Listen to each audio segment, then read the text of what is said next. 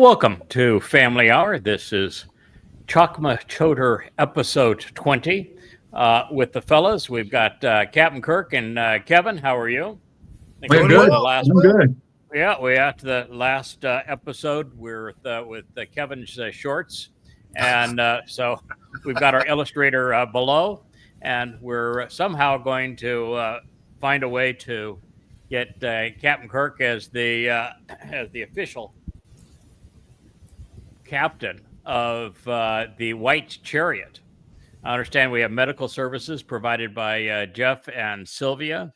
We have dating services provided by Leah.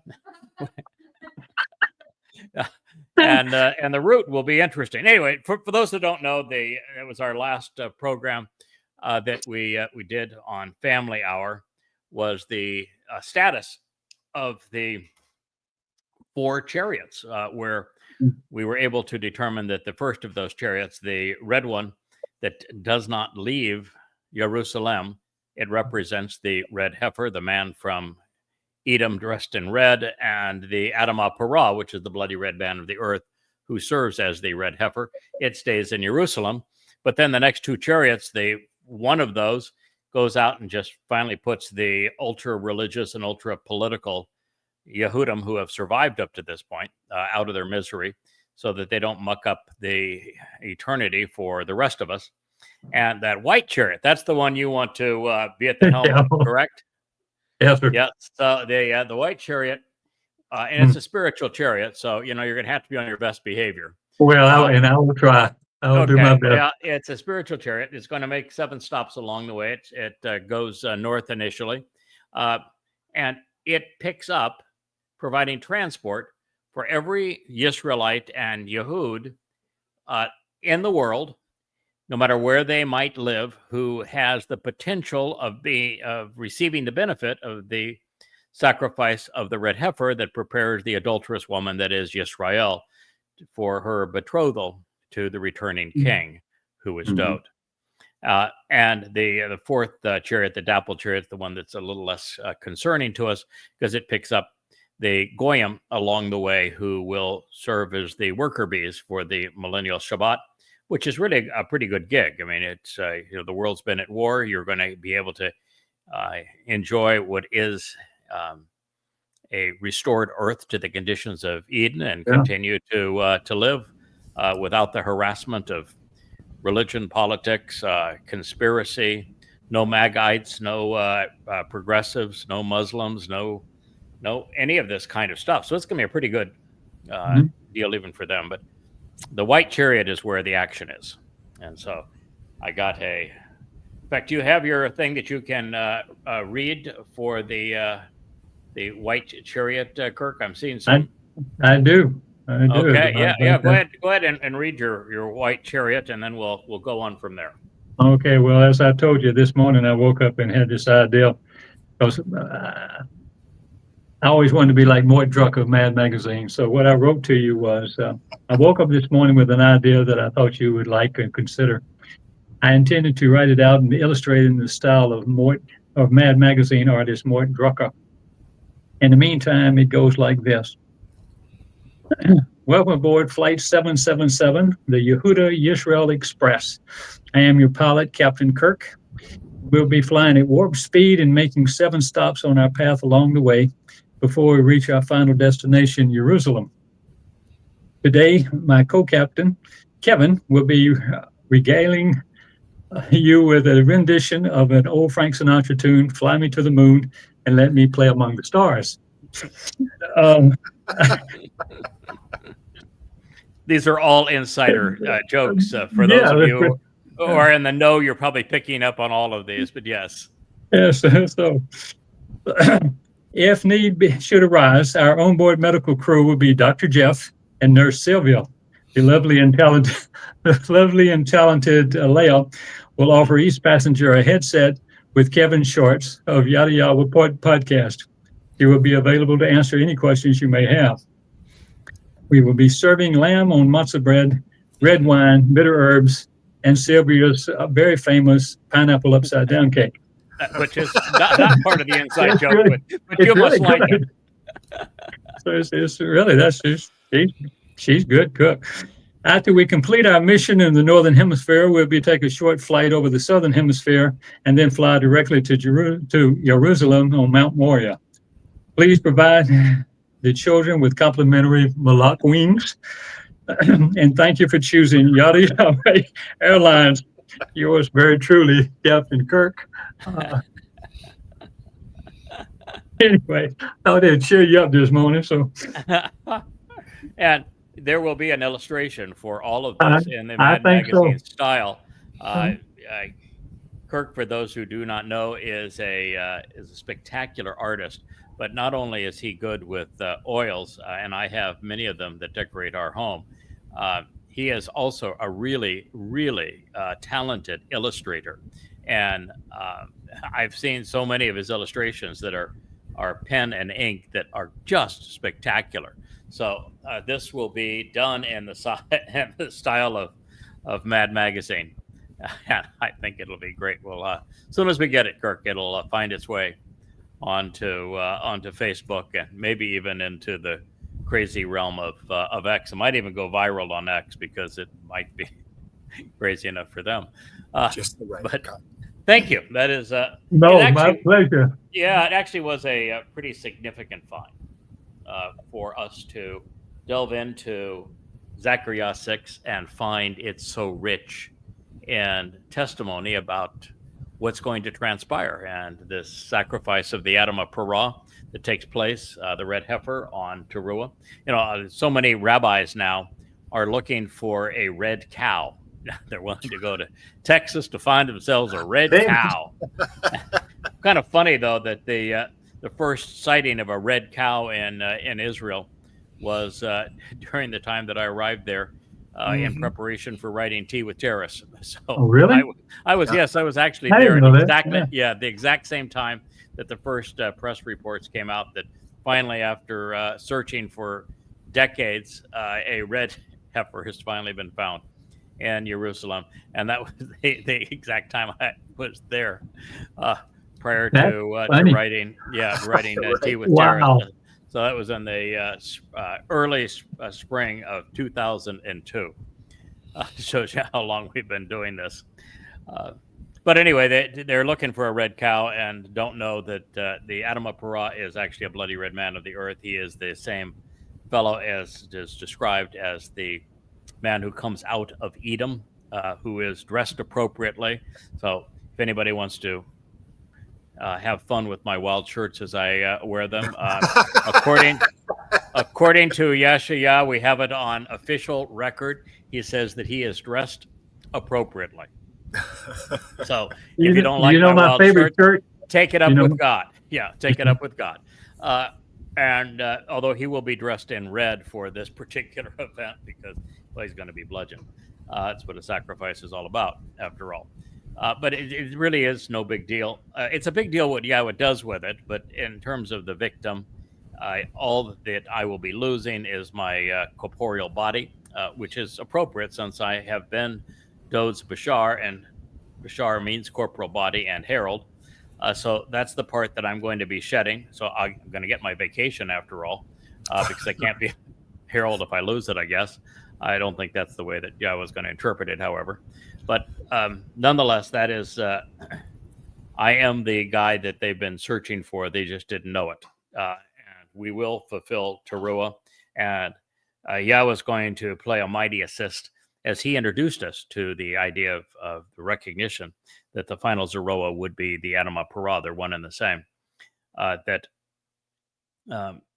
we learn, at that time that this is our fate to fulfill this Moed Mikre, but that we were told specifically that after the harvest on Towrah, which is the day of the herald, so it's appropriately named, that there would be this final gleaning of Israelites that would be taken from the olive tree by striking a stick.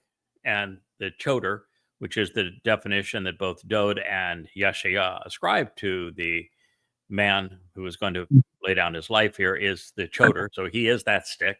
he dislodges the final remnant of Israel that is harvested on the evening of Towrah, and then the morning of Towrah, the following day on a Shabbat, is this sacrifice of the red heifer, where he prepares the adulterous woman. And we had thought that it was going to be Elia and I's responsibility to encourage as many Israelites to come to Jerusalem as possible so they could benefit, because God's going to release copious amounts of water from underneath the Temple Mount, which are going to be cleansing. You got the ash of the Adamah Parah, the red heifer, that will be purifying. You've got the flames that Yahweh is going to ignite that will also serve as a means to purge God's people of their religious guilt. And it's going to be this great show. It's going to be explained by Elia. But we thought that leaving Yashayah, that since I was supposed to be so protective in my Craig, that's my name, of protecting those left behind, that it was a little bit curious as to why Yahweh then went to describe the fact that he's going to bring his people home, and he lists all these places around the world that he's going to draw his people home. And you say, well, what's the deal with that when we're supposed to be doing this on Towrah? There's not a lot of time to bring them home after the harvest. Well, that's why Captain Kirk is going to be asking the spirit that's driving that white chariot to scoot aside, because that's a one-day affair. It leaves. Yeah, gotta go quick. As the sun begins to rise on Towrah, and it returns that same day to Jerusalem from where it has left, bringing this remnant from around the world into Jerusalem. So it sets us up in a far more favorable situation, where it's not just the remnant of Israel in Jerusalem that are going to benefit. God's going to provide transport and bring his people in from around the world. Amazing, isn't it? And that's pretty reassuring that that's going to happen. And when you think about it, it really needed to happen. There was no other way to make this work. And clearly by that time, the world's at war. The planet's devastated. You are not going to book a flight by going to Expedia. You're going to need this. There will be no cruise ships. The YAHOWAH Express is going to be the only way into Jerusalem. And the beauty of this moment, too, is that the time of Jacob's troubles is over. The wars are over. The jihadists are purged. There's no more progressive pimps. The UN is gone. All of it is in a position now where we're going to move towards the family reunion on Kippurim, and then the return to the Garden of Eden thereafter. So it's a marvelous situation that we're headed towards.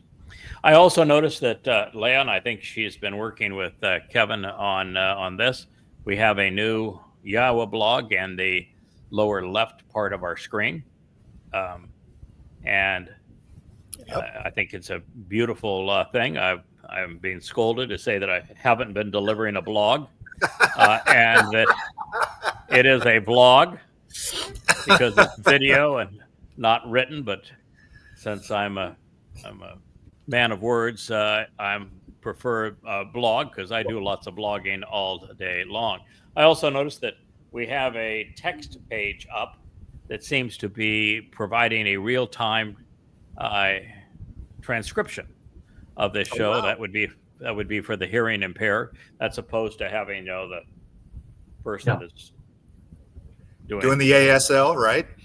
ASL. Thank you very much for doing that. Yeah, you didn't interpret what I was trying to say there. No. Okay, I probably was swearing and didn't even know. But I'm unqualified in all languages, including ASL, which may be why I was chosen for this. All right. Slate. So clean slate. Moshe was the same basis. Moses, he said he didn't speak Hebrew very well, so I'm assuming he wasn't great with Egyptian either. So thus says Yahweh. You know that guy? He's Yes. he happens to be God. Thus says Yahweh, the vast array of spiritual implements.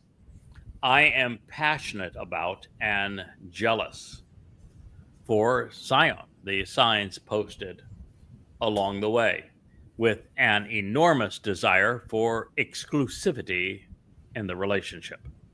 Further, with a furious rage and debilitating venom, I am envious and I'm aroused to jealousy and angry for her.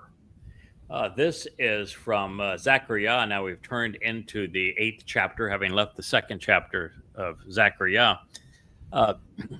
Those are some fighting words. Mhm. First of all, it is devastating for Pauline Christianity. According to Paul, love is not jealous. So he would be wrong, wouldn't he? He would very much Yahweh be just wrong. said, I am jealous for exclusivity in the relationship.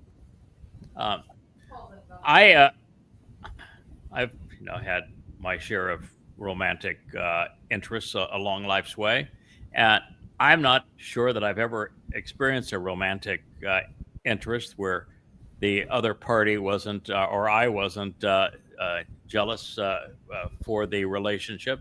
If you don't really give a damn, if you're neutral about it, if you're not jealous to some degree of wanting that person's attention, then it's Not much relationship.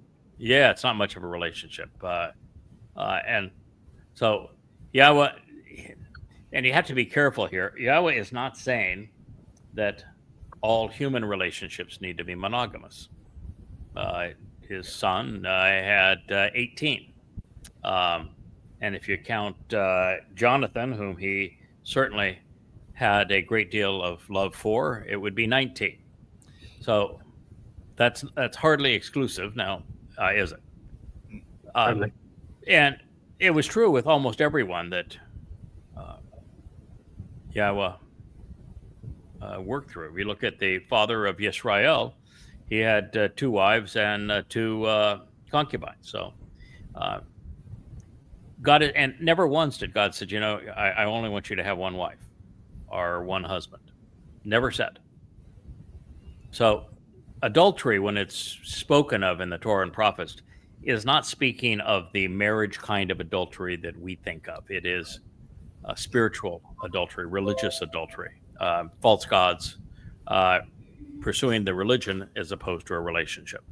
And so God is so tired of his people being religious, and they cheat on him with the Hashems and the Adonais and the G-Ds by eliminating his name, and then they cheat on his son with false messiahs.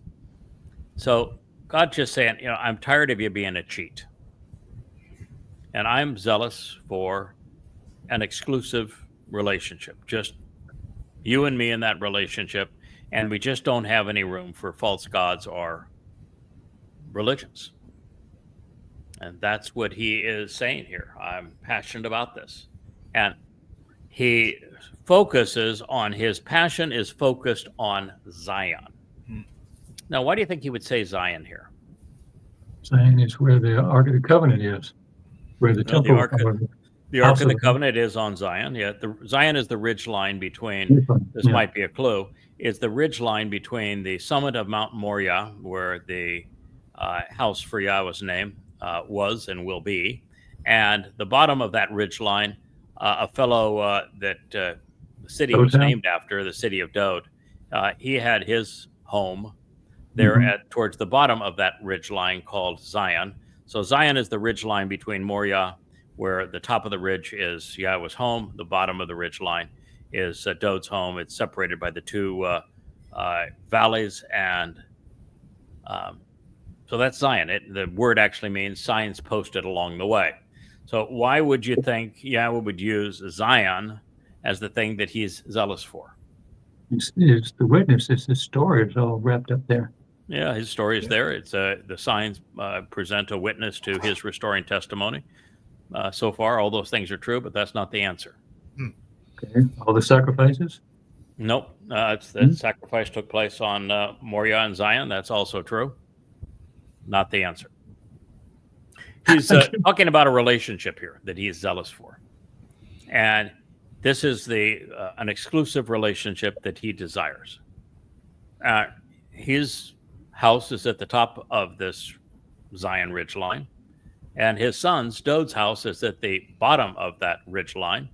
And the religions that he's most antagonistic towards, Christianity and Judaism, for foisting false messiahs, false sons of God on billions of people, millions and billions of people, robbed him of that relationship, that the productivity of the relationship with his son. And it's those signs that proclaim the purpose of the collaboration between father and son, Dod and Yahowah. And Yahowah wants to go back to that. He wants the people to pay exclusive attention to the signs that explain what he and his son accomplished. And their homes are connected via that ridge line on Zion. And you go from Dod's home to Yahowah's home, from God to being in the covenant by following those signs. So this is what God is passionate for. Much better answer, by the way. You like that answer? I thought I'd share it with you because it's a good one. It's not that you had wrong answers. It's just that that is the right answer. Focus. And it's why it's an enormous desire for exclusivity in the relationship. It's passion by Gadol. And you probably know that Gadol is related to Gabor. It's same root, and it speaks of Dod being the most courageous and capable man of God. Further, with a furious rage and debilitating venom, I am envious, aroused to jealousy and anger for her. And the her is Zion, which is this connection with signs between Dod's home and Yahowah's home, the covenant family, and the God who made it all possible. And the reason he's so furious is because of what Judaism and Christianity have done.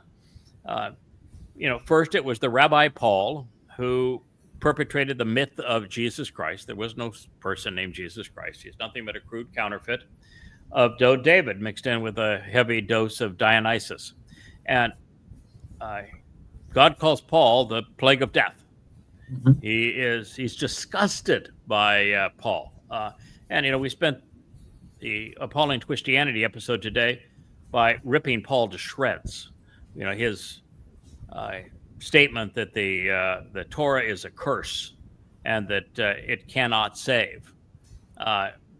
We examined the actual passage in Devarim that Yahowah states, where God states just the opposite. He says the benefit and the restoration of a soul is by observing and benefiting from his words in the Torah.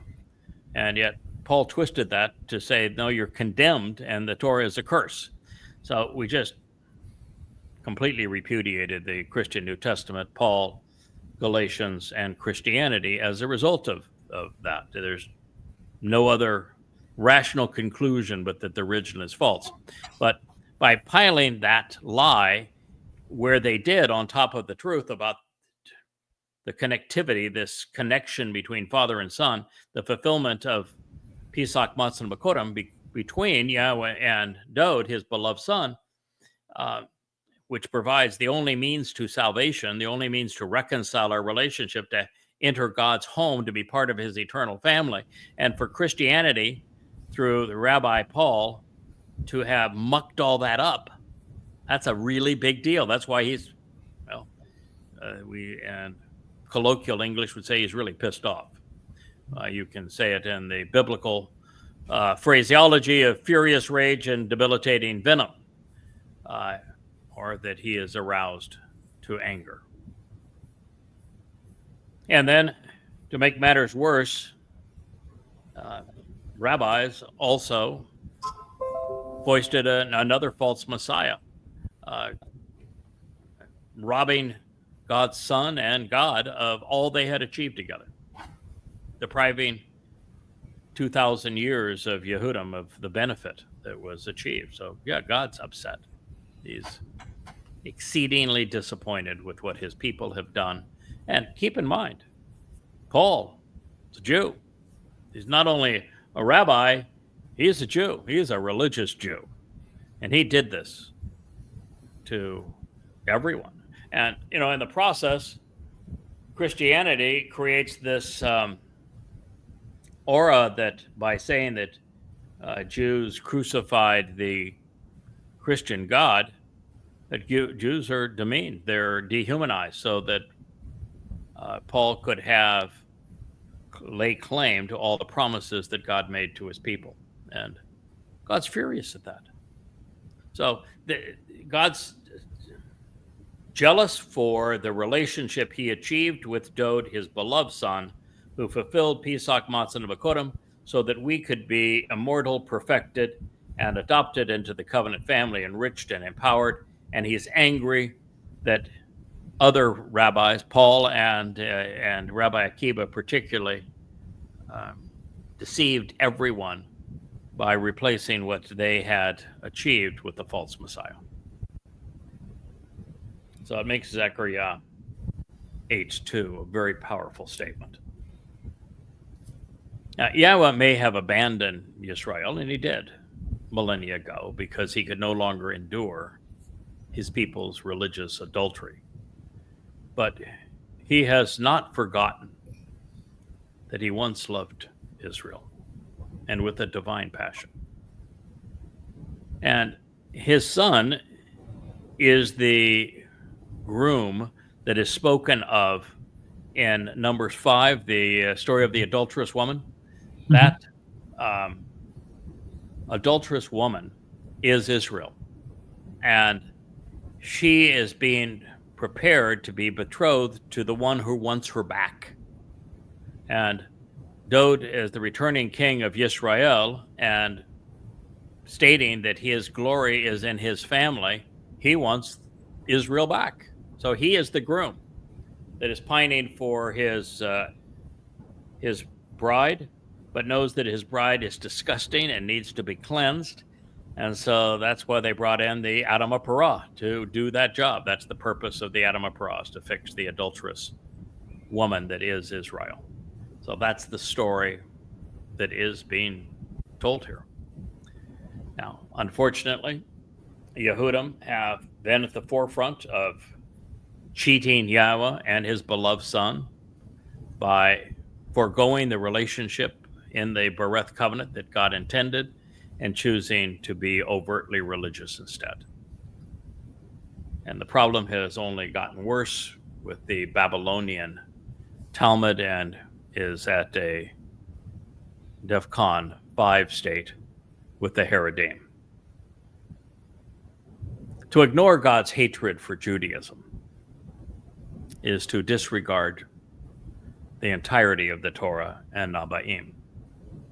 It is the single most prevalent theme in the Torah and the prophets, is God's overt hatred for Judaism.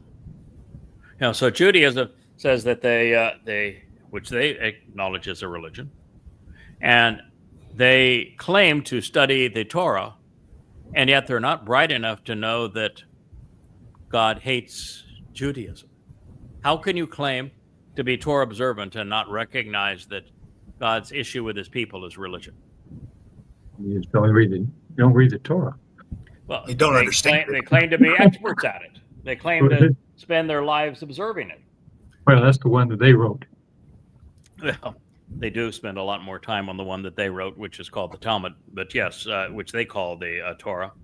And they give the real Torah lip service. They'll parade it around. They dress it up like a whore, and they'll kiss it and fondle it and put a crown on it and pretend that that is their book. But the thing they really want to study when you go to a yeshiva is the arguments of the rabbis in the Talmud, which they just lie and say it's a Torah. They'll even claim that it is the oral Torah that was given to the 7 elders of Israel. But the 70 elders of Israel were expressly excluded from those discussions with Yahweh. And even when, Moshe has a meltdown in Numbers 11, and he says, the job you've given me is impossible. These people are irascible. They're embittered. They have no sense of even appreciation for anything we have done for them.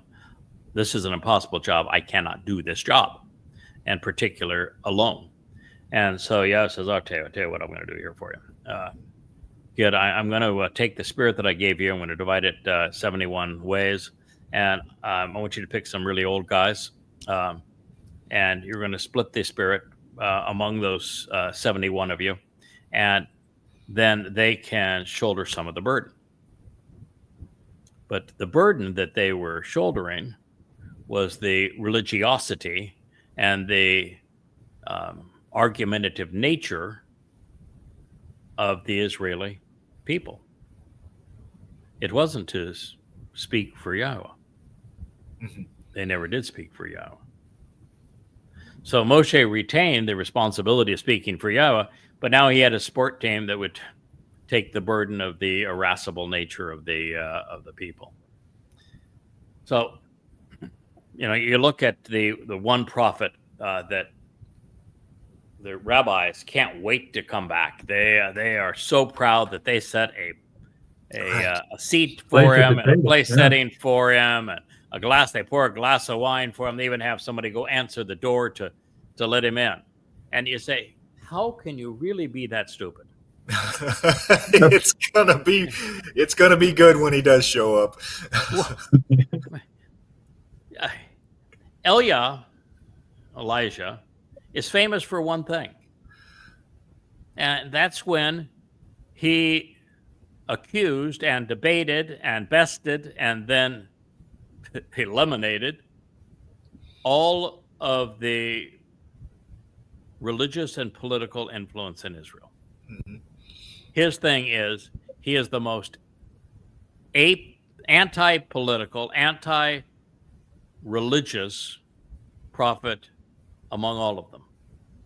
And he didn't just best them and debate, didn't just mock them. He killed them. Yeah. He killed them. So, I'm hard pressed to find another prophet that did anything like that. Yeah, I mean, even when you're dealing with Gideon, he wasn't out trying to find religiosity or politics in the people. He was just trying to find some that were reliant on Yahweh, that they could win the battle by carrying some torches and the like. And but this is the only time. Well, listen, read the book of Yeshayah, the first 10 chapters. All they are is, God, I hate your religion. We should stop being so stupid and stop being religious. You start reading the Torah. What is it? It's God complaining that his people are religious.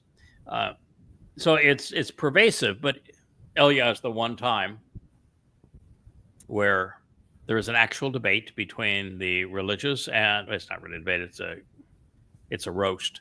It's a roast. And so that's what he's famous for. So it's the dumbest of all people for them to want back. I mean, if you're going to be religious and Judaism is your thing, then the guy you want back is Ezekiel. Yeah. Because he's Mr. Religion, or Daniel would be another one. You could have either one of those two, and they go along. Yeah, you can't go wrong with them if you want to be religious. But you're not going to. Eliah's my guy.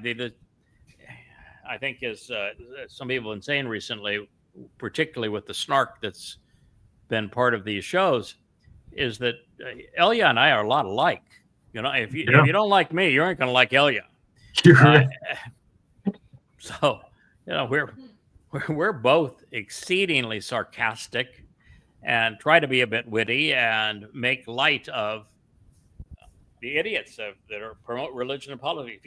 If you follow my posts on X, they're all a bit witty, and they're mocking even the ones on Facebook. Mhm. So thus says Yahowah, I will return and restore Zion, the signs posted along the way, and will live and remain in the midst of Jerusalem. And then the source of guidance on reconciliation, Jerusalem, will be called the reliable and trustworthy mountain of Yahowah, of the spiritual messengers, the mount of the set apart. Zechariah, memorable men of Yah, 8:3. Here we have another affirmation that God's name is not Hashem, not G-D, not Adonai the Lord, not the Holy One, blessed be He.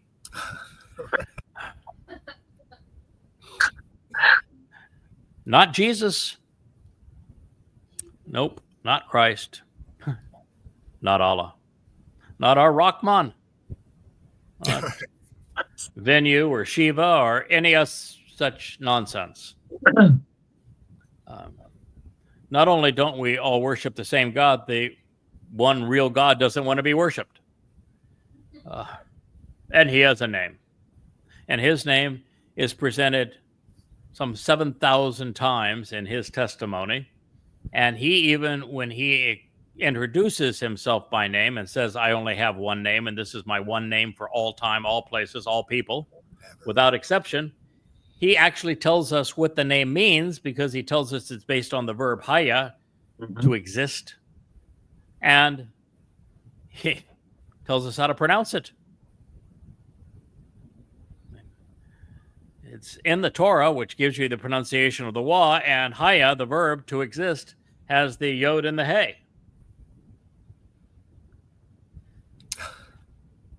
And Israel, until you are willing to forego the rabbinical lie that says that God's name should not be spoken, no one knows how to speak it, out of respect for Yahweh's name, we cannot say it, until you give up on that tripe and you stop erasing Yahweh's name from your lives, then I'm here to tell you that all you're doing is irritating God, that he is not listening to you, doesn't have any interest in you, is not going to help you, will not respond to you.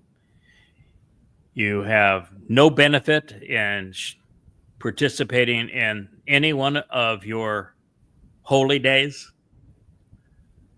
counting the Omar as the current of them that they're celebrating. And it's a commemoration of the mass death of Rabbi Akiba's apostles and acolytes. I think 15,000 of them died. I'll tell you what, first of all, if you have 15,000 followers that are your disciples, you're an idiot.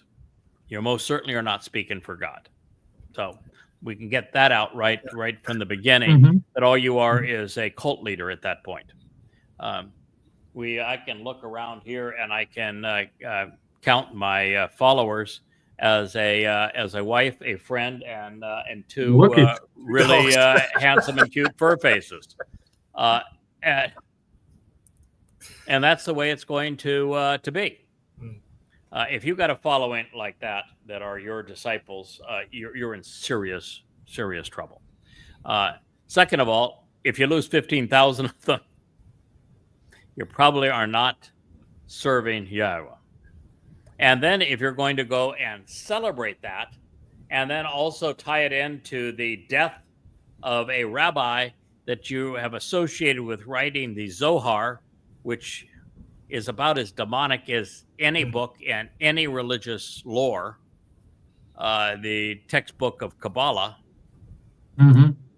Yoki. I mean, every aspect of this is perverted. And they will even say that it is it commemorates Rabbi Akiba's choice of Bar Kokhba.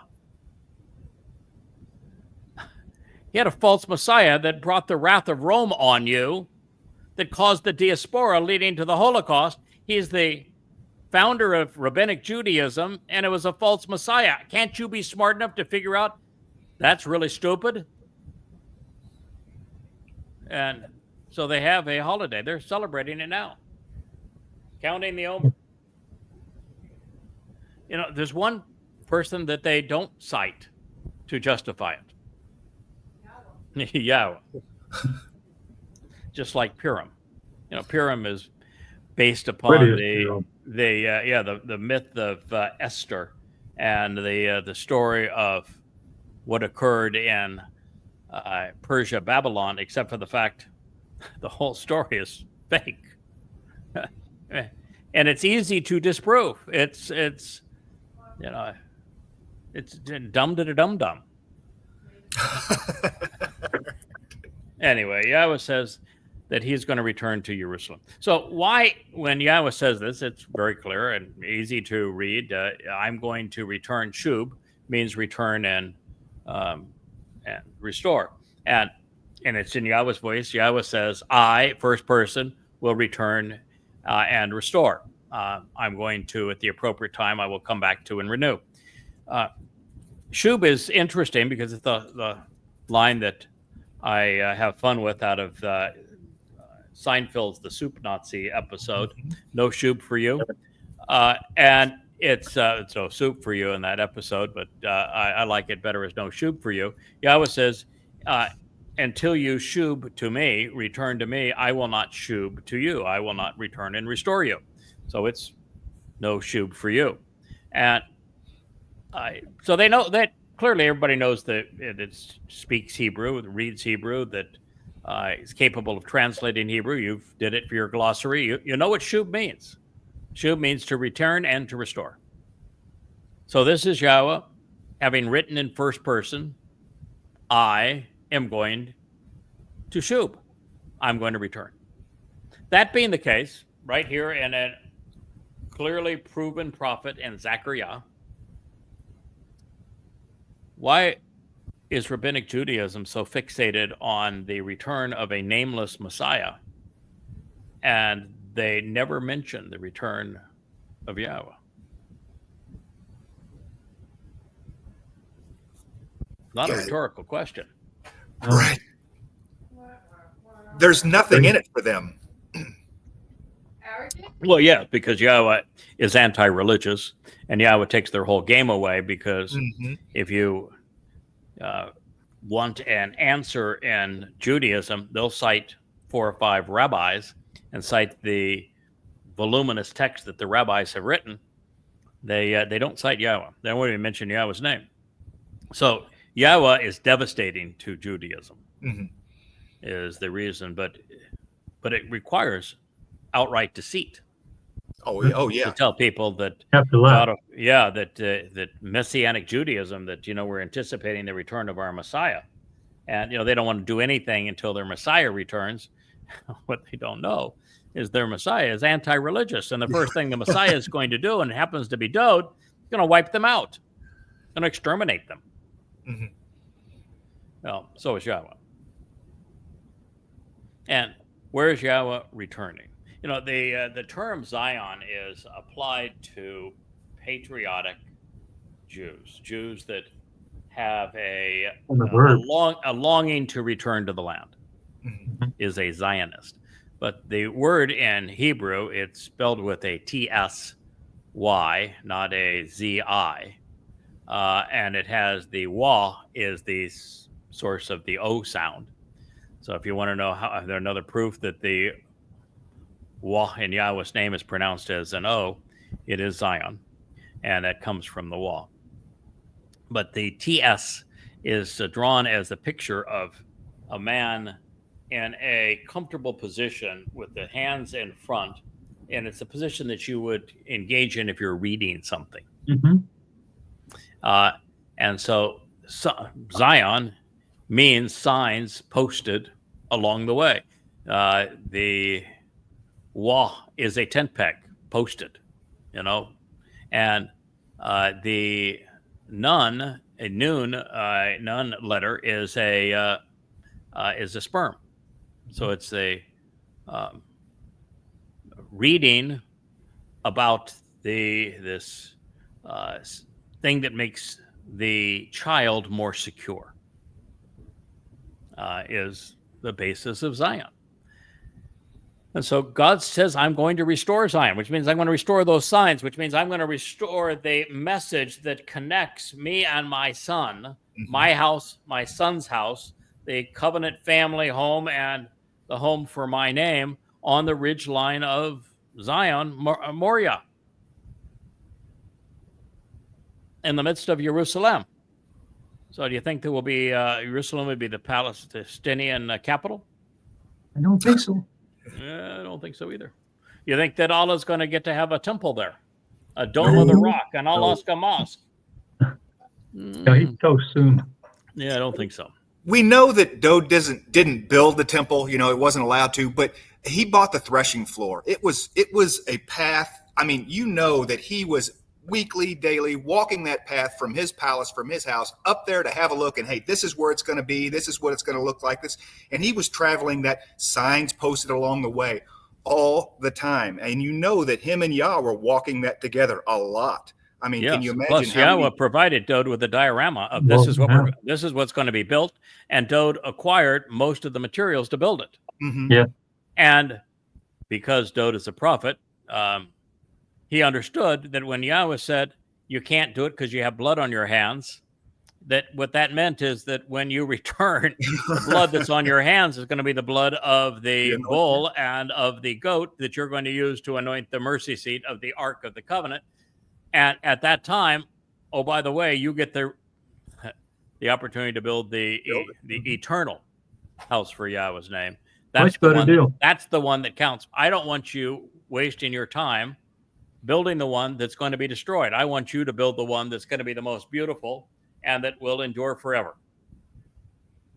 And, you know, the prophecy that brought me to all of this, the one that is responsible for these 35 books and that translating style, that amplified translating style, is 2 Samuel 7. Mm-hmm. And 2 Samuel 7 is all about Dode's house and Yahweh's house. Right. And about that connection between them. And Jerusalem is the city that Dode acquired for Israel. Prior to Dode, it was a Jebusite community. And it's Dode that acquired it and built it up. It became the city of Dode. Yeah, the source of teaching and guidance. Yes. Oh, of course. And then Jerusalem is from Yara, meaning the source of teaching, guidance, and instruction, and Shalom on reconciliation. Right. How do you get back? Yeah, the name of the city. So then the source of guidance and reconciliation will be called Kara. And it's going to be called Kara because the dates that are important here are Towrah, Kippurim, and Sukkah in your 6,000 Yah 2033. And that's the day that the Bikre are going to be celebrated in Jerusalem, just as the first three were celebrated in Jerusalem. The last three will be celebrated in Jerusalem. And all of this means that God's commitment to that ridgeline Zion, the signs that are between his home and Dode's home, they're trustworthy and reliable. And this is the mountain of Yahweh. This is the place of the set apart. This is the place where the Adam of Parah is going to have his sacrifice. It's the place where Yahweh's temple is going to be rebuilt. It's the place where Dode will have his throne. It's the place where God's people will be restored. So although it is never discussed within Judaism or Christianity, Yahweh is returning to Jerusalem to restore Zion, which is the ridgeline between his home and that of his son on Mount Moriah. Pretty much destroys Roman Catholicism, doesn't it? Yeah, oh yeah. He's not coming to the Vatican or St. Peter's. No. Too bad, because, you know, he could meet his mommy there and the Queen of Heaven. Strike up an affair, you know, you could have a double date with Dode and Israel as his bride, and the Lord can have it on with the Queen of Heaven and the Mother of God. This Pope, by the way, has it big for Mary statues. He's constantly found praying to, talking to, bowing before Mary statues. You just go, how can they be that stupid? Mary, first of all, is never existed. Second of all, the name means rebellious and embittered, a malcontent. It is the worst name you could possibly have. The third, it is based, the Mother of God and Queen of Heaven titles, the Madonna and Child titles they give to Mary are exacting of Astarte, Asherah, which is the Babylonian goddess that was called those very titles, that Yahweh goes out of his way to say, I despise this. And it was the very thing that Elijah put out of business. So, I mean, just got to be stupid. You really don't give a crap for God. When you're religious, you're just way too into your pretend gods, the ones that you've made to like you. They're like you, so they like you. Now, when all of this occurs on Yom Kippurim and your 6,000 Yah, rather than being in the city of religious pollution and deceptions, Jerusalem will reclaim its glory as the city of guidance on reconciliation. And this time, one place will rise above all others in God's mind, with Moriah being the most unique, unreligious, non-political, special place on the planet. Talk about Kodesh. It is Kodesh. Imagine, thus says Yahweh of the spiritual implements. Once again, elderly men and women in the streets and plaza of Jerusalem, each person with their staff and walking stick in their hands, because of their many days. And the countrysides and boulevards of the city will be filled with boys and girls, laughing and playing in her streets. Thus says the whoop whoop of Israel, of the spiritual envoys and her God. Indeed, it is wonderful in the eyes of the remnant of the people. Because in these days, and also marvelous in my sight, proclaims Yahweh of the spiritual implements. Well, what we have here, fellas, is that Yahweh, first and foremost, wants us to know that if you want to be here and celebrate any of this, observe any of this, enjoy any of this, the first thing that you'd need to know is, thus says Yahweh. And if you don't have a Yahweh in your life, you're not going to be there. You're not going to survive to this point. You're not going to be included in the festivities. It is the first step to God. It won't get you there, but it'll at least put you in the position where you can get there from that point. And you just have to reject the rabbis, reject the culture, and pay attention to what God said. And what God said is, thus says Yahweh. The Shabbat is an interesting term, and Yahweh uses it all the time to speak of the heavenly host, this command and control regimen of spiritual implements. He uses it, 3 times in this one statement.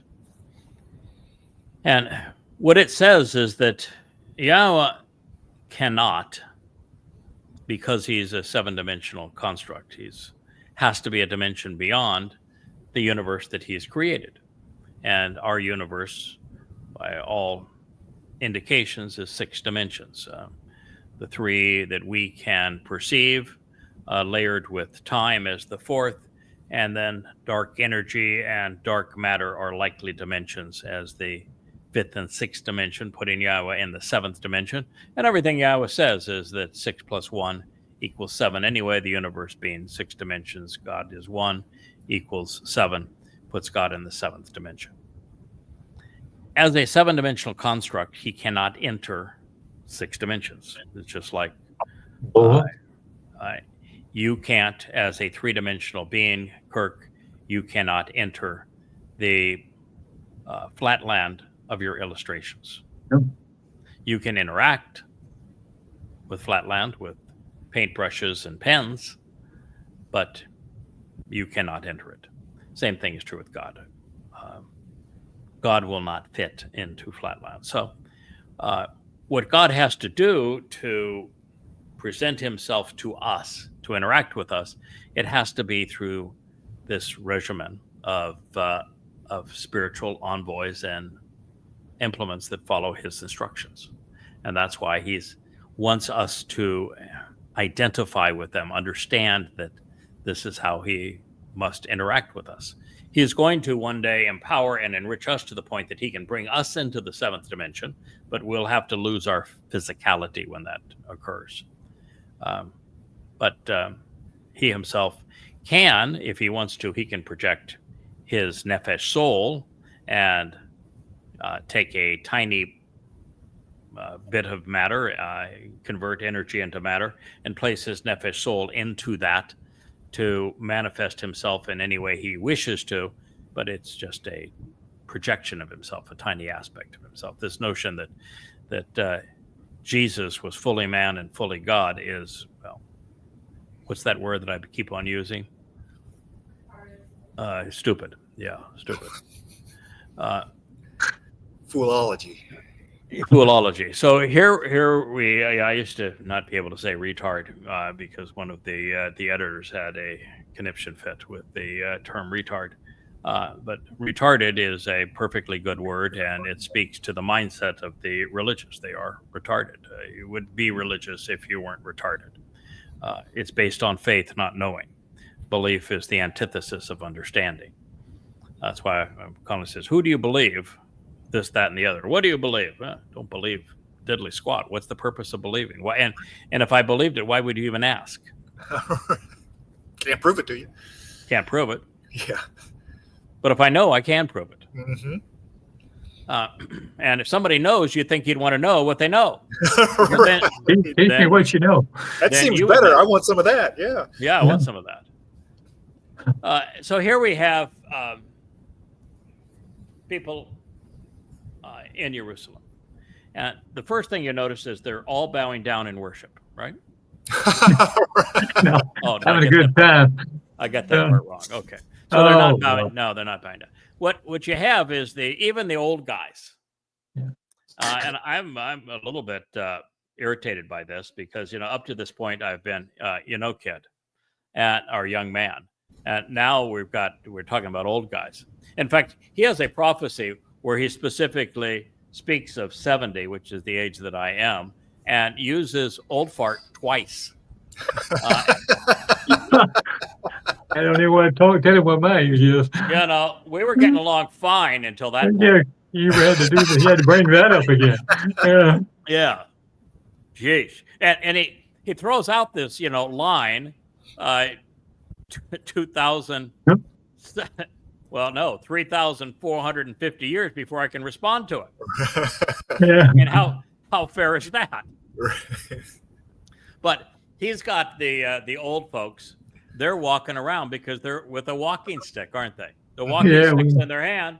No person have a walking stick, and you're not in the streets with a walking stick unless you're walking around, which means they're on their feet. They're not bowed down, are they? No. And they're taking a walk. They're out exploring. They're not being religious. They're not on their knees bowing. They're not worshiping. No swords, no ARs. Yeah, that's right. They're not fighting anybody. They got no swords. They're out taking a walk. Mm-hmm. And the one implement they have with them is a walking stick. Mm-hmm. Maybe it's a golf club. Yeah, if you go on a hike, I don't know if you guys have ever did backpacking. Oh, yeah. You go on a hike. Yeah, one of the things that's always nice to have is a walking stick. Mm-hmm. And so that's what they are. They're in the streets of the plaza of Jerusalem with their staffs and walking sticks in their hands. And then you've got boys and girls that are laughing and playing. They're not bowing down and worshiping either, are they? So this idea to go to heaven, oh boy, we're going to have a worship service in heaven. I'm a prayer warrior. We're going to pray him into heaven. Nope. God now has the world the way he wants it. And the kids are walking around giggling and having a great time. And the more mature are out walking among them. Indeed, he says this is wonderful. And then he also tells us, guess who else is there? The remnant of the people.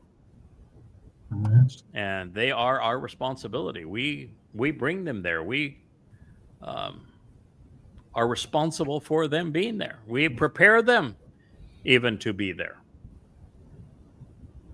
And God says that's marvelous in his sight. Now, if the remnant of the people are there, and you got the old guys that are walking around, you got the kids that are playing, and by the way, what he's speaking of here isn't actually making fun of my God, but he makes fun of me, so I guess it's fair play. That he's not really speaking of old farts and youngsters. He really isn't. What he's saying here is that those with the staff that are older, they're actually more mature in their relationship with him. And so with the staff, they're leading the flock. Yeah. They're caring for the flock, nurturing the flock, taking care of the flock.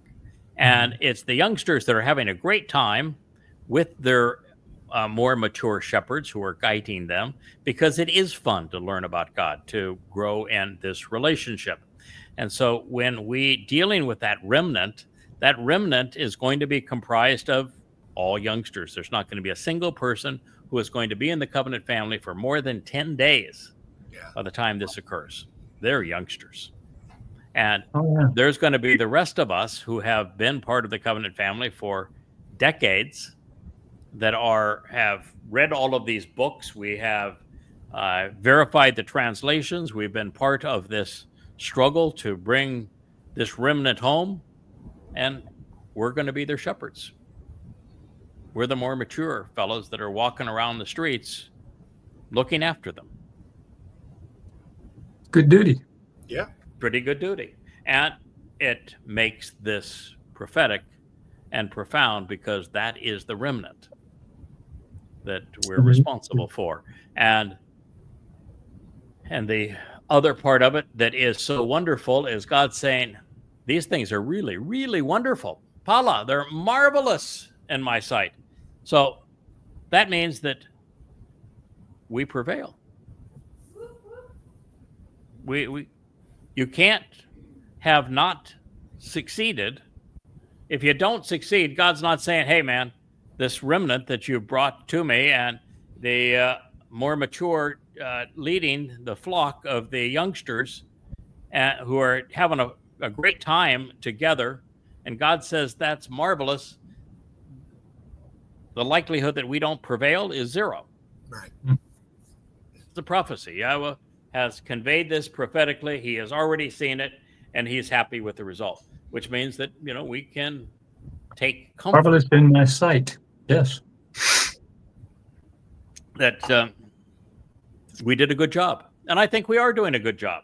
I mean, I'm sure that the job can be done better than we're doing it, but I don't know who you'd find to do it better than we're doing it. And we're doing it as enthusiastically, as passionately, as boldly as is possible. Yeah. So peace is coming to Jerusalem. Teaching is coming to Jerusalem. Guidance is coming to Jerusalem. And Wookiee is coming to the family hour of the Yahowah blog. I don't know if you saw the Twistianity show today. I went and got a nice glass of water so that I'd have something that keeps my throat lubricated. And I set it down on the table, and Wookiee went and drank the whole thing. It was nice of me to get a glass of water and put it on the table for the Wook, isn't it? The Wook is now celebrated by the orchid that is here.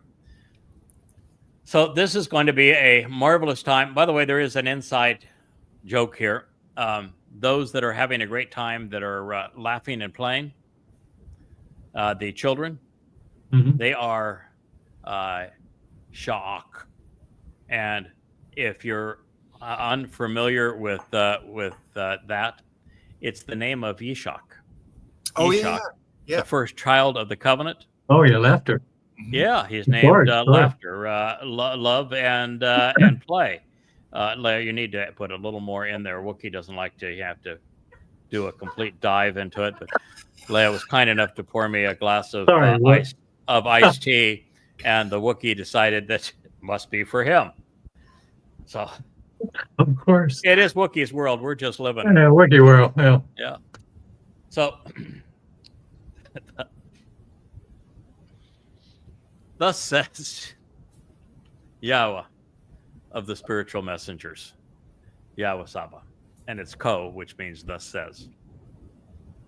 Behold, I myself will deliver, and liberate.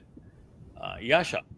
Yasha is the Hebrew word that can be translated save, but its primary connotation is to deliver from harm's way, to liberate, to free. And so, Yahowah, okay, Wookiee, you just make sure that is to your satisfaction. Yes, he prefers the black tea to the green. That's just a good thing. Just in case you take a note. Yeah, just taking notes. Want to pay attention. Yeah, write that down. Yeah. Okay. So, thus says Yahowah of the spiritual messengers, I myself will deliver and liberate my people from the country toward the sunrise, and from the region entering from the direction of the setting sun. The setting of the sun. Okay. So let's just think about this for a moment. First of all, Yahowah's coming back and saying, I'm a liberator. Did Yahowah ever use that term in reference to himself and his people? Are you familiar with any place where Yahowah says, I'm a liberator? I did it with Moshe. Yes. You've heard this it's a summation document. It's actually the first text message ever downloaded from a cloud to a tablet. So you're familiar with that? The first ever download from a cloud to a tablet? Yes. Moshe's the guy that did that. Well, actually, Yahowah did it. Moshe gets credit for it. But it's the first statement on that first of the two tablets downloaded from the cloud. And it says that, I am Yahowah, your God, who liberated you from being oppressed as slaves in Mitzrayim. So that's the first statement Yahowah wrote in stone. So he likes to come full circle, and he's coming right back to that exact same thing. Don't let us get in the way, Wookiee, with your tail here. You just put that tail right there in my face, and it's a fine looking tail. No, he's fine. It's a fine tail. It is. It is a fine look. If I had a tail like that, I'd show it too. Right. But please don't. Please don't. 7 foot tall with a tail, huh? Okay. Okay. So what Yahowah is saying here is that he's going to liberate his people one more time. And this is that chariot, Kirk, that you have volunteered to drive. That's how he does this. Only if co-captain goes with me. Yep. Okay. So you get a spiritual co-captain. And it is through that white chariot that Yahowah is liberating his people from a world in flames. Yeah. A world gone amok in religion and politics and militancy and patriotism and Trumpitis and all of that sort of thing. And he is therefore the liberator of his people. And he tells us specifically that he is liberating them, Yatsa, another exodus from Babel. And that would mean religious, political, and geographic Babylon, which would be from the Islamic Middle East, which would be geographic Babylon, from the influence of the Roman Catholic Church throughout Europe and the Americas, even South America. The influence of the Roman Catholic Church, which is religious Babylon, and political Babylon is the United States of America. So he is liberating his people from those places. So he's coming full circle, which is what Yahowah always does, and every good storyteller does. And he begins by saying, I'm going to save them from the people to the east. What direction is Mecca and Yathrib, the birthplace of Islam? Where do Arabs come from? Yeah, from the east. So I'm going to liberate them from Islam.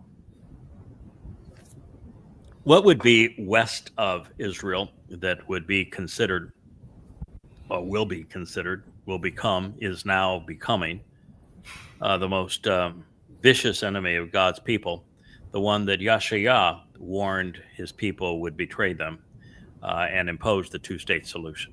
That's the U.S. You draw the little lines, where you did before, where you hit Alaska all the way down to through New York all the way down to Florida. Yeah, that's correct. It's the United States. And so Yahweh is going to free his people from the influence of the United States and from Islam. And today, I'm not sure there's much of a distinction between them. Trump, the MAGAs are going to need a new president because the Muslims bought theirs. They stole him. Yeah, they bought him fair and square. $16.5 billion worth of bribes was enough to buy a president of the United States, and they now own him. So MAGAs, you need a new guy. So but by the way, you couldn't do worse. Yahweh is saying that he will liberate his people from the sunrise to the sunset, from dawn to dusk, which is the other way of interpreting this, from the sunrise to the sunset. Did you recall, Captain Kirk, since you're going to be co-operating this white chariot, how long is the white chariot about its business? Just when does it leave? When does it return? Just 24 hours, right? Nope. No, 12 hours? Sunrise to sunset, baby. How long is sunrise to sunset? Well, in Towrah, that's 12. That's 12. Okay, half a day. Okay, 12. This chariot leaves when the mountains have a golden hue for the long rays of the morning sun. It is gone exactly 12 hours when it returns to Jerusalem in time to still capitalize on Towrah. So you have a schedule. You've got to cover the entire world and pick up every eligible Yisraelite and Yehudim. And you've got exactly 12 hours to do it. So sunrise to sunset, that is the white chariot, baby. Yeah, wow. You are going to be burning some jet burning rubber. Yeah. Feel the need for speed. Light the fires and kick the tires. That'll teach me to wake up in the morning with an idea. Yeah, there it will be, man. You thought this would be a joyride, huh? You thought you were going to be Santa Claus going around the world dropping off presents. Put a whole nother light on the matter. Nope, you've got to do the entire world. That's why there's a spiritual captain. You are welcome to go on this chariot, but you need to know that it is officially crewed by a ruach of Yahweh. Right. And you can be at the controls, but the spirit of Yahweh is going to determine who climbs aboard, and you're going to pick up every eligible Israelite around the world on Towrah. And I think the first time I told Leah this, she says, I'm not buying it. I don't want flying horses, and you're not going to have chariots. And I said, so how you expect that the remnant of Yisrael, which she's done all of her research with her DNA and knows that there are ethnic Jews with Jewish DNA all throughout all these places that Yahweh has on his list. So she knows they're there. And this is the end of the time of Jacob's trouble. The entire world is at war. It's destroying itself. There are no commercial flights at this point. There'd be no freedom at this time. There's no economy in any country at this time. The whole world's in chaos. There are no airports to land a commercial flight. There are no cruise ships. How do you expect them to get there? No, it has to be this way. Yeah, It if has- Yahweh is not providing the transport. And at this time, the supernatural is natural. What did Yahweh say he's going to do? He's going to have a banner that scrolls in the sky. Right. You know, he is going to perform supernatural wonders. He's going to again light the fire and release the waters for Towrah. This is a time where God's back active, trying to get his people's attention. And he's bringing back two guys that have been to heaven. One that's been there 2,888 years.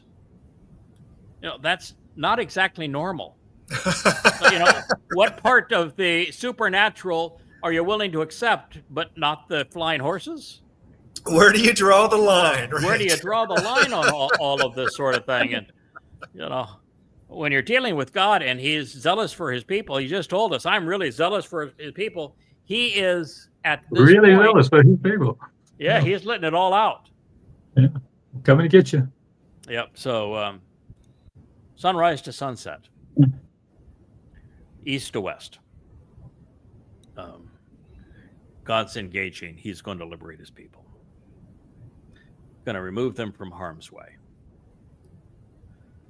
So as a result, the black and the white spiritual chariots of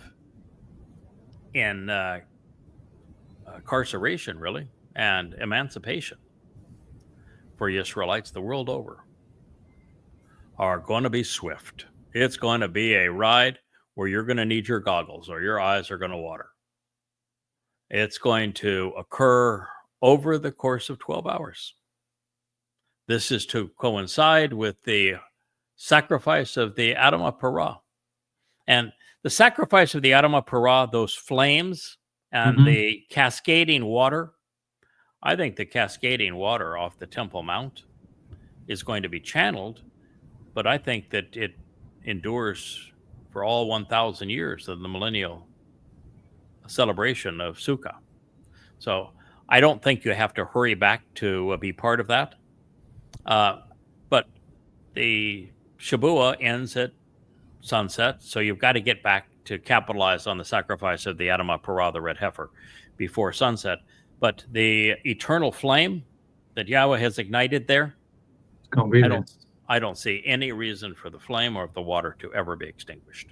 And there's very few things more spectacular than flames and water. So they're going to run out of ash of the Adamah Parah. I'm a fellow big guy, but we are going to run out of ash for the Adamah Parah, although I'm making a deal with Yahweh when I come back with Elia, and I'm going to be a lean and handsome guy. So yeah, I don't probably have less ash than I would have today, but Ash. I'm not sure that'll fly, but we'll negotiate for that anyway. So this is going to coincide with the sacrifice of the Adamah Parah, a bloody red man of the earth, and the Zebo men Edom, the one who comes from Edom to save a great many, serving in the role of the red heifer on Yom Teruah. Yeah.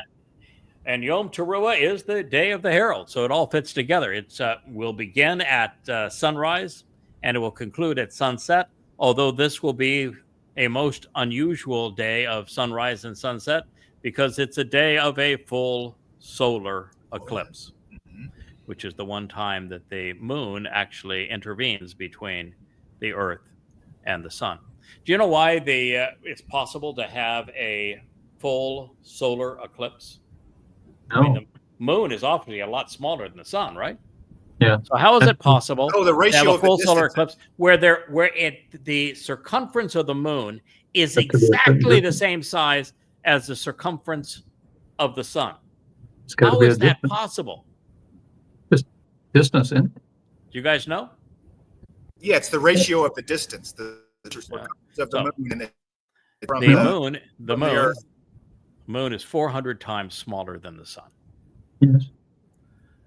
The moon is 400 times closer than the sun. Yeah. Okay. Does 4 resonate with you guys? You heard anything Yeah. that's about 440, 400, yes. Yes, it is the designation of time. For example, there are 40 Yobel, or 40 sets of 50 years, the time of restoring, of freeing, liberating slaves, canceling all debts and returning to the land, the Yobel. Well, this is the 120th Yobel, which is 340s, since the exile from Eden. And the 40 is the number that separate each of the most important celebrations of the Yobel. We left Eden in 3968 BCE. 40 Yobel, 2,000 years thereafter, is the time that Abraham and Yishak came up to Mount Moriah to provide the harbinger that served as to forecast what would occur on Passover exactly 40 Yobel later in exactly the same place, with Yahweh providing his son as the lamb, so that 40 Yobel thereafter, from 1968 BCE to 33 CE, exactly 2,000 years, 40 Yobel, is when Dode arrived to fulfill Pesach, Matzah, and Bakurim. And what is 40 Yobel, or 2,000 years, from 33 CE? 2033, yeah. 2033, year 6,000, yeah. So this is the 40 times 50. There will be a full solar eclipse that occurs because the moon is 400 times smaller than the sun. That makes me a lot less important than Dode, which is as it should be, because I represent the lesser light, the moon that reflects the sun's light, who is equated to the sun by Yahweh. The sun is 400 times larger and 400 times further away. And while that is that's the last time it's going to be perceived that way, because the sun is coming to live in our midst. And Yahweh even says that Dode will be as brilliant as the sun before him. All of the elements of this story fit together. He is a marvelous artist. So this day will begin at sunrise. It concludes at sunset on the Shabbat of September 23rd and 24th of 2033. And it will include the sacrifice of the Bashar body provided by Yada, Dode's Bashar and Choter, and the cleansing waters and the purging flames will be orchestrated by Yahweh. And the oratory is going to be spectacular. The oratory, the master of ceremonies, is the great master of sarcasm, the man with wit and wisdom, Elijah. He has been brought back for this purpose. He is going to be the master of ceremony, and he has honed his craft because he's done this exact same thing before. Same animal, same waters, same flame, same interaction with God, same purpose to rid everyone of religiosity and politics. And he's got the oratory down pat. I expect him to have some new one-liners, though. The one-liners that he used back then were great, but I think he's going to up his game. You all get to listen. I'm not sure I'm going to be there. I'll be there. Right. I may not get to enjoy it. I might have to see it on a rewind. Maybe it'll play on YouTube after the event. So let it be known, while the rabbinic Judaism has no plan or hope for salvation and is exacerbating Yisrael's estrangement from God, Yahweh has announced a resolution for the Jewish religious problem. He is going to deliver Yehudim, who are free of rabbinical and political influences, and then his team and approach will save them from themselves. And it is a collaborative effort. He's still working through individuals. In this case, Yada, Elia, and the team that supports Yada and Elia will all be there. And Dode is going to be orchestrating much of this. So as a reminder, Yahweh is Yasha. He is delivering the remnant to Jerusalem, the source of guidance on reconciliations, just as he promised, so that they can be Yasha, delivered from harm's way, the harm of religion, by Towrah, prior to Kippurim, the homecoming. Therefore, this is Yahweh affirming the purpose of your white chariot there, Kirk. Mhm. So now you have your instructions. And I don't know if Asher's eating her feet now, but team producer over there, somebody needs to get Asher's attention before she ingests a paw. So Yahweh is providing this deliverance. It's exactly what he said he was going to do through his prophet Yeshua. He's affirming it here through Zechariah. And it's going to happen on Towrah for the benefit of Kippurim. Therefore, Yahweh is affirming the purpose of the white chariot, making the rounds on Towrah in anticipation of the family reunion on Kippurim. And he says, I will go out to get them, and I'm going to bring them so that they can be settled and reside in the midst of Jerusalem, the source of guidance on reconciliation. Then they will be for me as a family, and I will be for them as God, in honesty and integrity, truthfulness and reliability, being right, vindicating, and just. So, Kirk, you're going to have to, you're going to be, I'm just going to tell you, you're in tall company on that white chariot, because Yahweh said he's going too. Yeah, I saw that. He's first person. I'm going out to get my people. Well, I was thinking about Right. God lifting. So, Captain Kirk, Yeah. you may have to go down to first officer on this one. Well, I may be a little baggage boy. Yeah, well, I can tell you, if you're part of that ride, that's the ride of a lifetime. You pick the right chariot, you pick the right job, and you may be, Yahweh loves working with people. I think you have volunteered as first officer, but quite simply, Yahweh just said, I'm going to go out and I'm going to bring them. Well, that's what it says. It's isn't it? And Yeah. it's the white chariot, the chariot of light. Wow. And he's bringing them back to be settled and to reside in the midst of Jerusalem.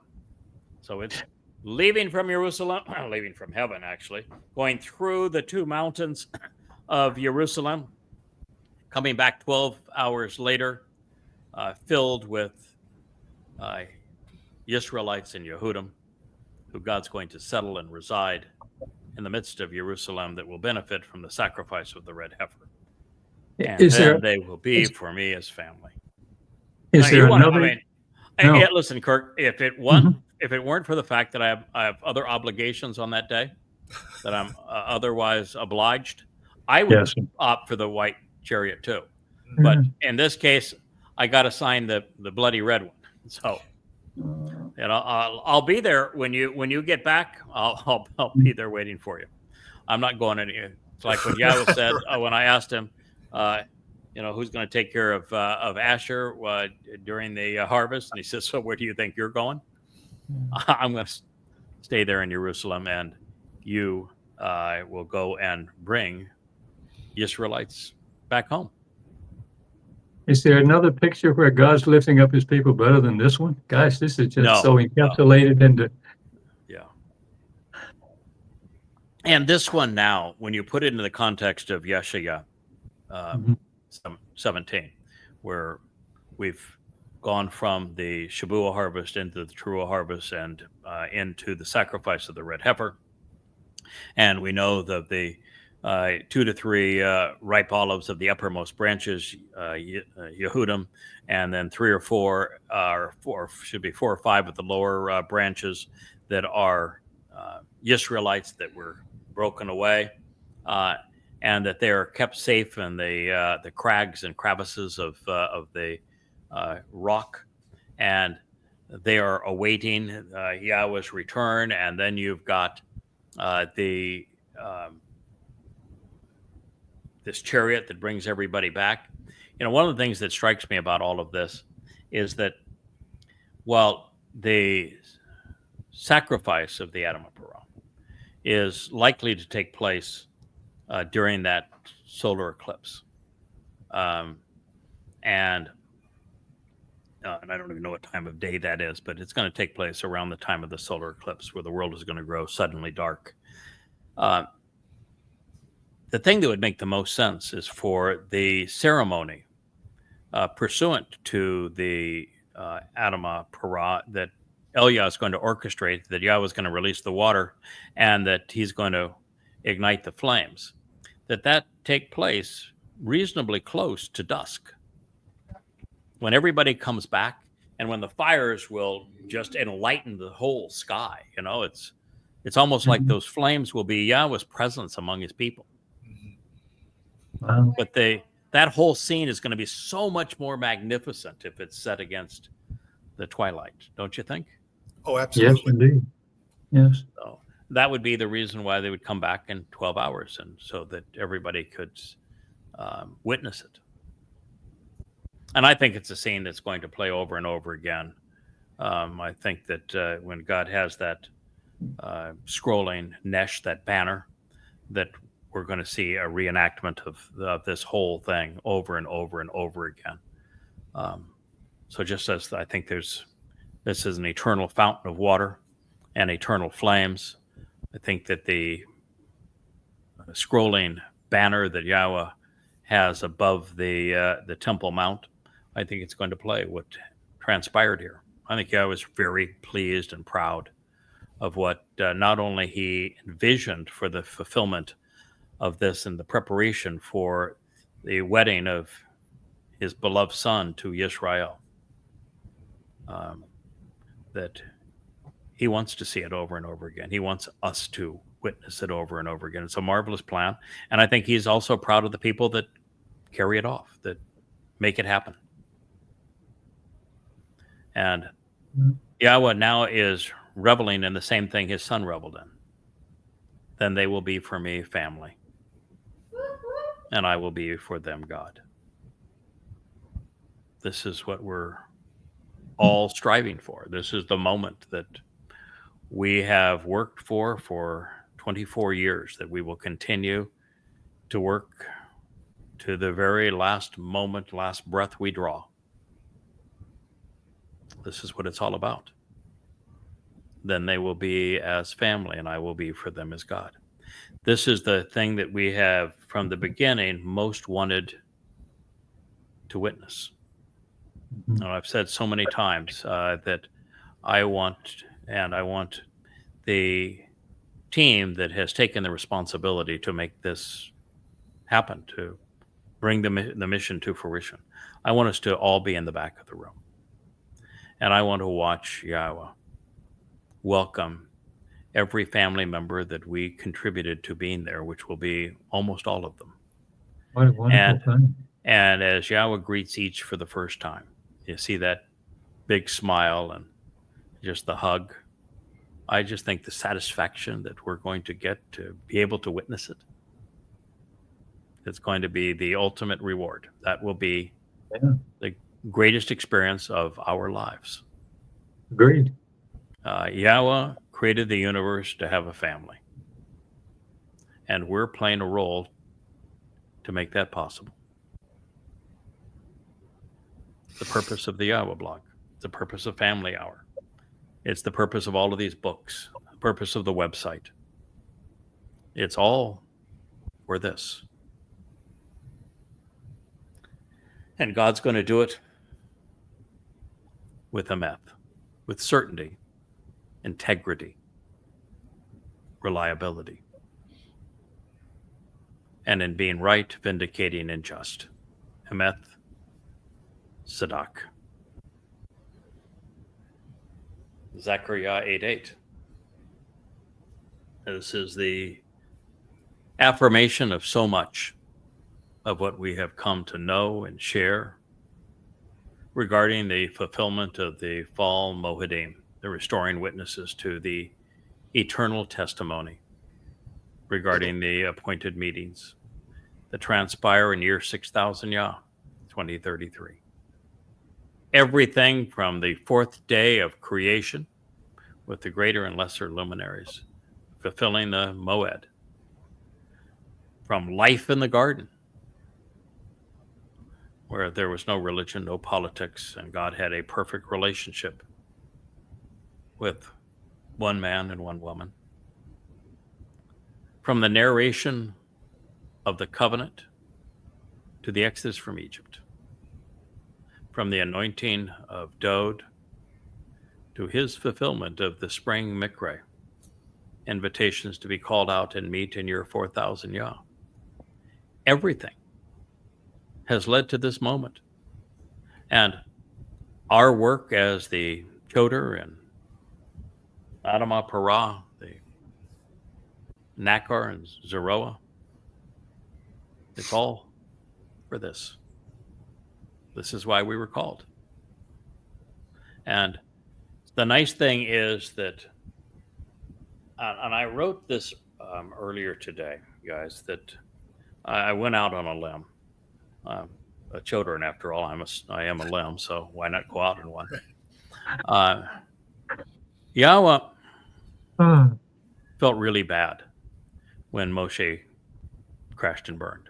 And Moshe had an absolute tizzy fit before God. He just broke down, said, might as well kill me. I can't do this job. And Yahowah didn't scold him. There was no Job moment where, where were you when I did this? And how could you take that attitude? And, how dare you say this? That's one of the reasons we know that Job was false. No, Yahowah had great empathy. He knew that the job was difficult. And what I went and said is that I think Yahowah is teachable. I think Yahowah can learn. And I think he enjoys learning. And I think he can respond to situations better going forward because he has learned. He was in a tough spot with Moshe. His children of Israel didn't want to see God anymore. They didn't want to hear from him. They told him to go away. And so he was reliant on Moshe, and there was no replacement for Moshe. And yet God could not speak to them directly.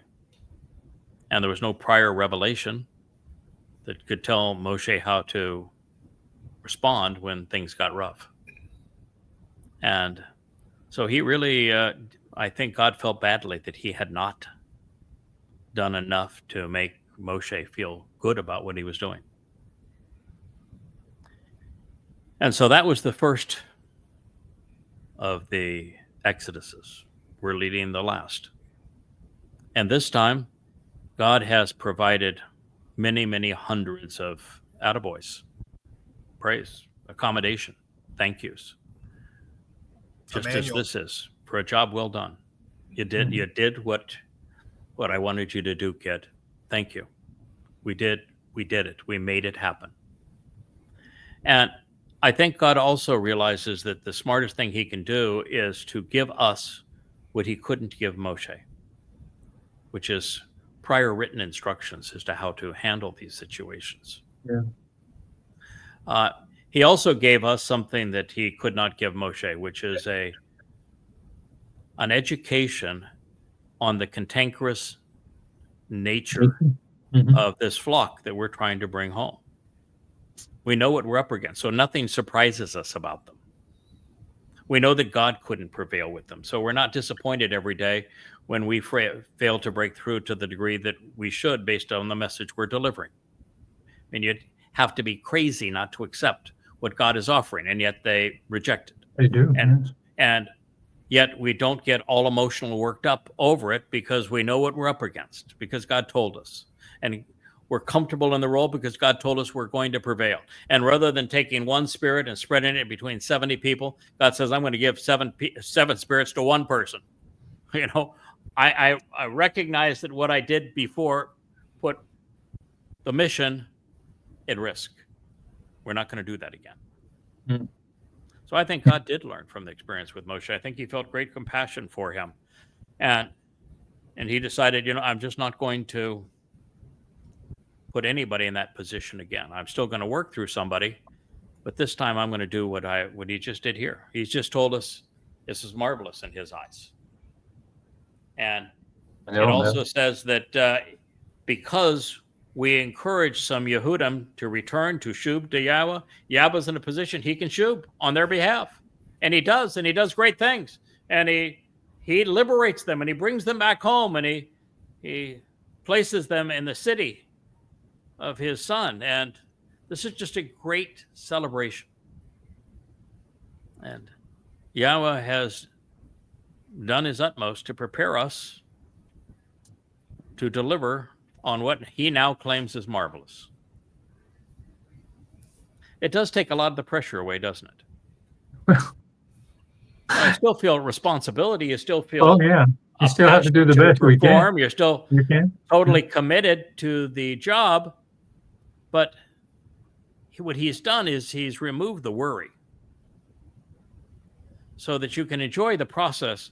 No, I just mentioned I've got 12,000 posts on X for 1,300 followers.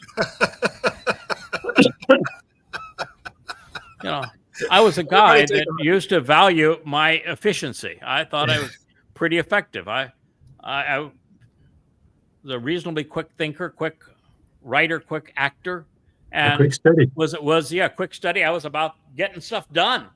And here I have 12,000 posts for 1,200 followers.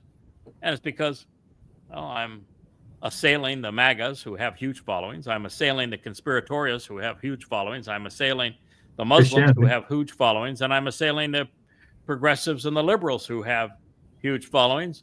And the people that I'm reaching out to, Israelites are religious and they're political.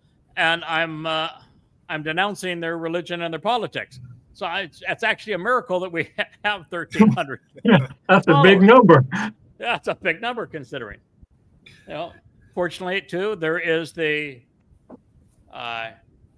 as Yahweh said for Dode, I have provided a peaceful respite from all of your enemies in this house, that's the way he begins 2 Samuel 7. Well, our respite and peaceful place from all of our enemies happens to be now on Facebook, where it is a really congenial environment. And it feels like home. Mm-hmm. And here, we're growing at almost 100 friends a day. Wow. Without advertising or promotion. And although Asher says, I know you put me up there, and that's selling tail wagging and stuff, and I know you've done it with Wookiee, so you're selling dogdom, and we're cute. No, but without advertising and on a message that God couldn't make resonate with his people, with that target audience that represents 0.2% of the world's population, and recognizing that with everything we write, we're pissing off 40% of them. Yeah. So under the small demographic. Yeah, under the circumstances, we're doing pretty good. But it takes all the pressure off. Mm-hmm. It means that we can enjoy the process. Our work will pay dividends. We will be successful. And Yahweh has done everything he can to show how this entire story comes together, particularly at the end that we play such an important role. He has brought all of these details together so we understand how each of them fits, and understanding that is tremendous in terms of its confidence. You can turn on the lights, look on into the camera, and say, this is what's going to happen. I want you to be part of it. It's exciting. It's going to be the greatest show on earth. Yeah. Join us. I'll tell you the date, the minute, the purpose, the players, the result. Heretofore, that's been impossible. So, this is really an extension of all that has transpired over time. Yahweh has called Yehudim home, and they have returned at long last to Yahweh, to Jerusalem. Israel and the Bereth covenant are now one and the same. Family again. It has transpired as written, honorably, with integrity, truthfully, reliably. The Torah has led to this. The prophets have confirmed it. Dode has fulfilled it, and Yahweh loves it. All is Sadak, right with the world.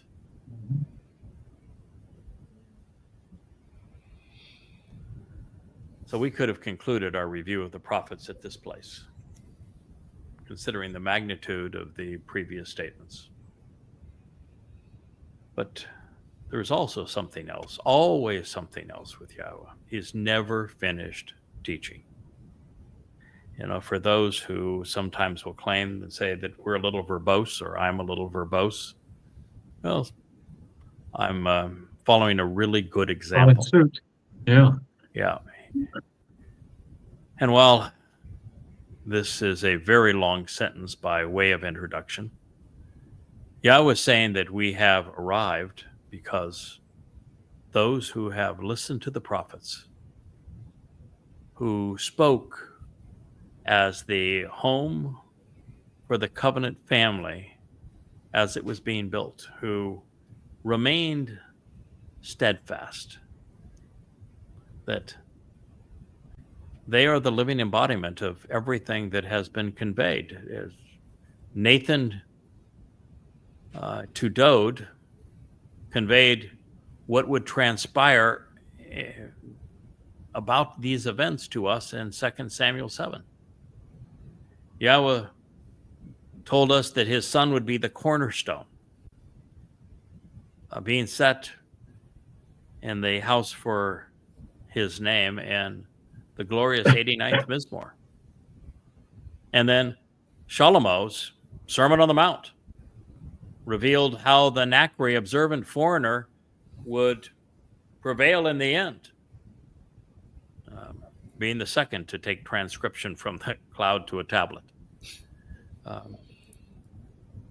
and told his people to listen to him. So this will be our last statement for this program. It's Zechariah 8:9. We'll promise we'll return back to this tomorrow. And it's Ko Amar, thus says Yahweh, of the spiritual envoys. Those of you who will be listening in those days to these words from the mouths of the prophets, who, for the benefit of the relationship and to reveal the straightforward path to get the most out of life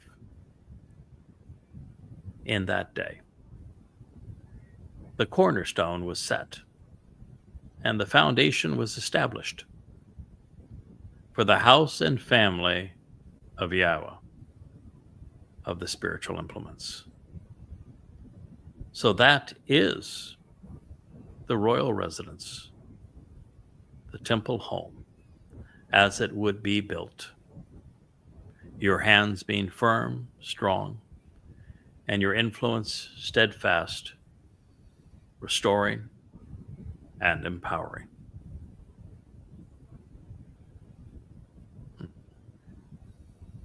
It is a touching moment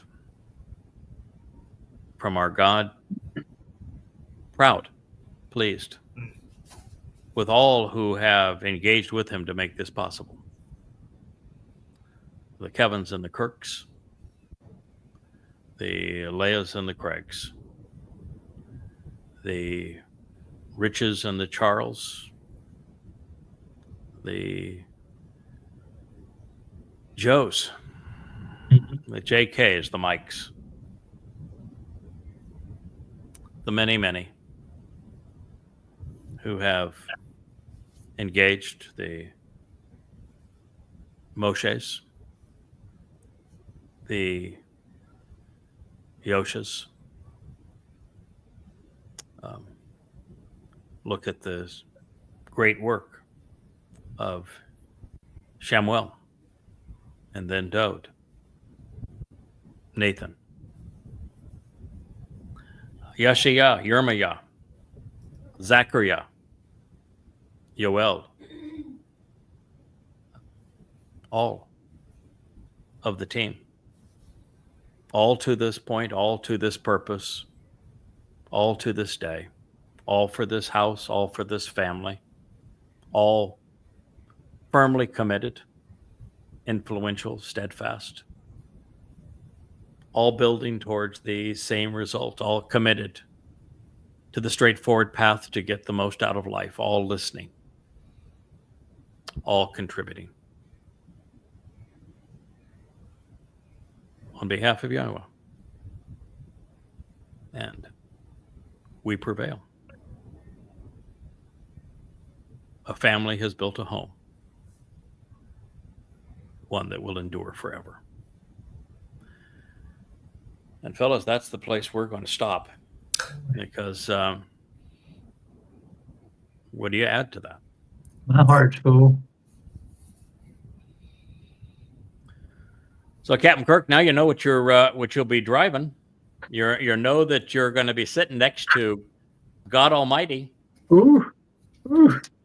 You know you're going to visit the entire world in 12 hours. You know you're coming back to the greatest scene that will ever have been produced in the history of mankind.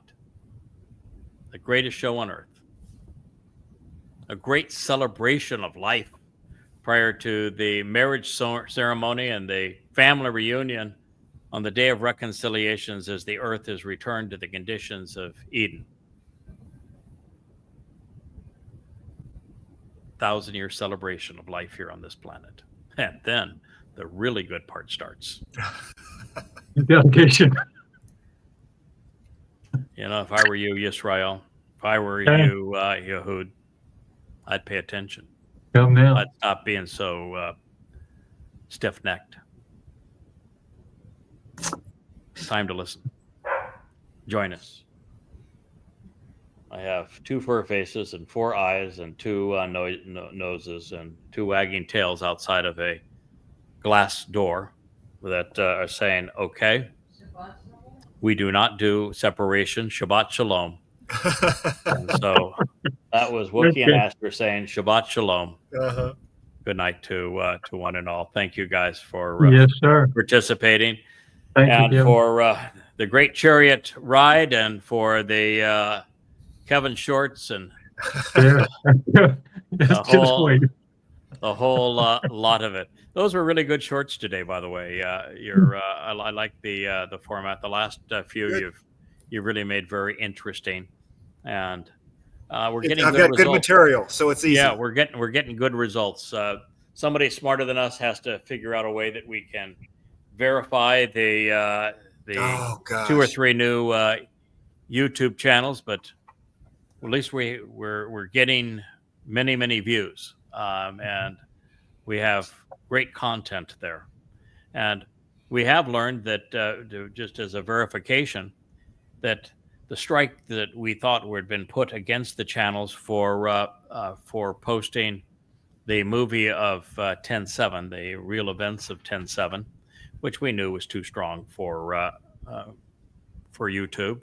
It was accepted, but I wrote a lovely letter asking Mark Zuckerberg to please accept it. It was accepted on Facebook. It was accepted on X. I posted it many times in both those places. But we had thought that we received one of the 3 lethal strikes for posting our commitment to revealing what really happened on 10/7 in Israel. But we did get a letter back from YouTube management and said, it was not right to give you a strike on that, and so we're removing the strike. So we have an unblemished record. We have lots of original content.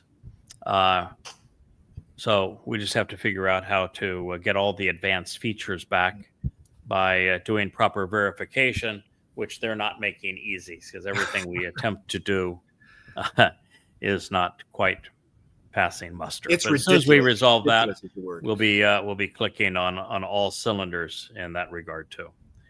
So if you're listening and you're listening on YouTube, thank you. If you're listening on Facebook, please visit YouTube from time to time. And no matter, even though it is a swamp, it is still an effective means to, I wouldn't say it's effective, but it is a means to reach Israelites. Yeah, Yes. come and support us on X. I have published many times, and I will continue to do so, all of the various identifications to find where we are on those places. But it's important that we work together. We have a team, we have a family, we have a responsibility, and collectively, God has just told us we're going to prevail. Shabbat Shalom. Good night. Shabbat Shalom. Thank you.